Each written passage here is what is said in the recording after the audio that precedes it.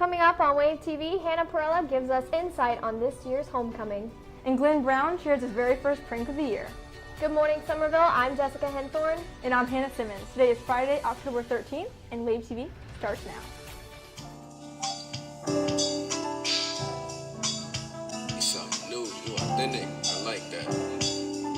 I never seen you, girl, you something new. Every time I look at you, I go, ooh, yes I do. I love you, more than.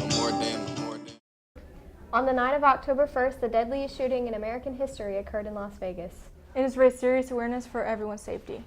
Here's Tessa Harvey with an insight on school protection, followed by Brianna Black, who shares with us how students feel about their overall safety. With recent events taking place, we talked to our school's resource officers on how they keep our schools safe and secure. I think there's always a way to increase the safety of an establishment.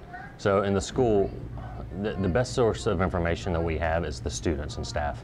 So anytime the students or staff see or hear anything suspicious, if they have information that would be helpful to us, I know no one ever wants to be a snitch, but a lot of times it's better to go ahead and give us that information, because it would be better to give us the information and no one get hurt rather than keep your mouth shut and we end up having a situation that hurts anywhere from 10, 20 plus people. We really need to do a good job of not opening doors for people, making sure that the people that are in the school actually belong inside the school.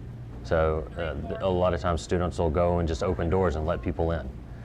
We've had several situations where people have been in the school that don't belong in the school, that aren't even enrolled in the school. We'd like to thank all officers for your service. For Wave TV, I'm Tessa Harvey. In times of tragedy, Americans often find themselves uniting, especially after events like last weekend took place. The students of Somerville expressed how it affected their personal lives and their outlook on life.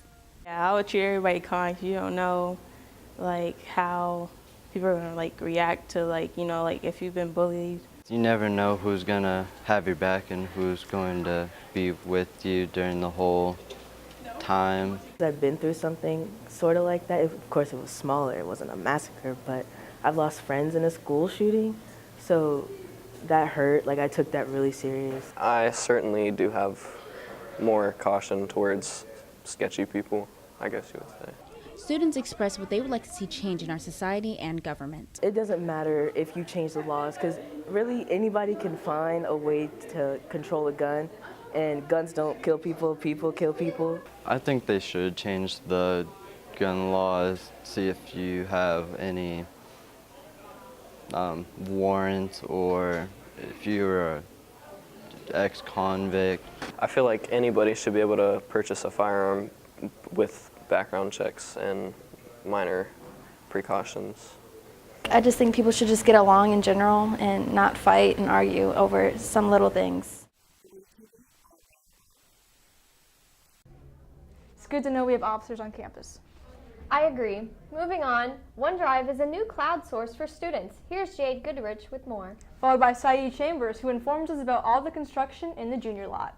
Soon in the near future, students will be getting their very own OneDrive accounts. We talked to Ms. Frazier, who gave us information about what a OneDrive account is. It's a file service offered by Microsoft Office.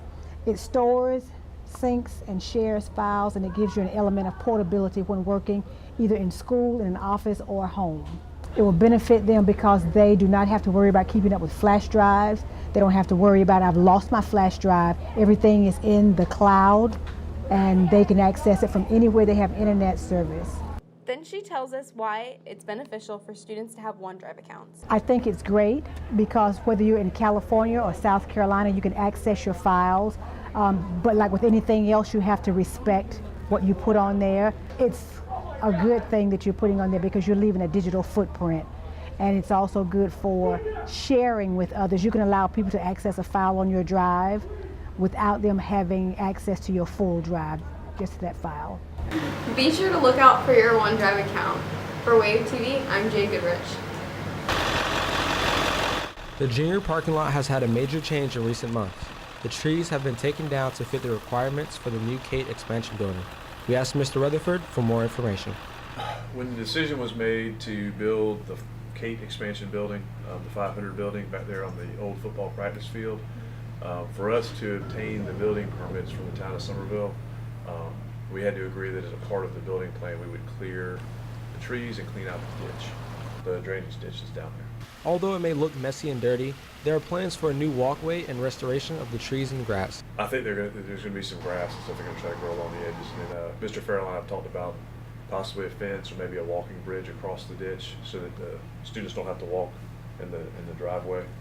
I think from a visual standpoint, it makes the campus look a little bit nicer down there. I hate that we lost some trees. Hopefully we can figure out a way to get some of that back. The job should be done very soon, so look forward to new improvements. Saya Chambers, Wave TV. Beta Club is hosting a fundraiser, Trees for Troops, where first periods compete to donate the most coffee beans, coffee grounds, and popcorn kernels. The collection will end October 25th. The winners will receive Dunkin' Donuts. Homecoming is just around the corner, Somerville. Hannah Perla shares all the details you need to know. It's that time of year again. SHS is preparing for this year's homecoming. Wave TV spoke with the head of Student Council, Mrs. Neal, for an inside look at next week's events. Homecoming this week is the same week as quarter tests, so we won't have any buyouts, but we will have the homecoming parade and the bonfire like normal. It'll be the Wednesday before, so the 18th, and the parade will start at 6:15, and the bonfire directly afterwards at the stadium. This theme is Home Sweet Homecoming, so we want to really highlight all things homecoming, all things Somerville, all things love about Somerville, and we think that the community can really buy into this theme as well because this is their home too. The dress-up days for homecoming week are Monday, rep your home team by wearing your fave sports jersey. Tuesday, SHS phone home. Come to school decked out in your best intergalactic garb. Wednesday, iconic homies. Pair up with friends and seize the day as your fave dynamic duo. Thursday, home away from home. Come dressed up as the tackiest tourist. And Friday, wear gold to support our football team against Stratford. Can't wait to see your spirit, Green Wave. Reporting for Wave TV, I'm Hannah Perella. Thanks for the information, guys. I know I'm excited for homecoming. Good luck to the Green Wave swim team as they travel to Columbia for the championship meet at 5 p.m. today. Here's Kristen Whitty with information on football. Then Glenn Brown pulls his first prank of the year. Last Friday night, Somerville took on and defeated Rondo High School, scoring 24 against their 21. Come out to tonight's away game against James Island High to support the Wave. See you there, Somerville.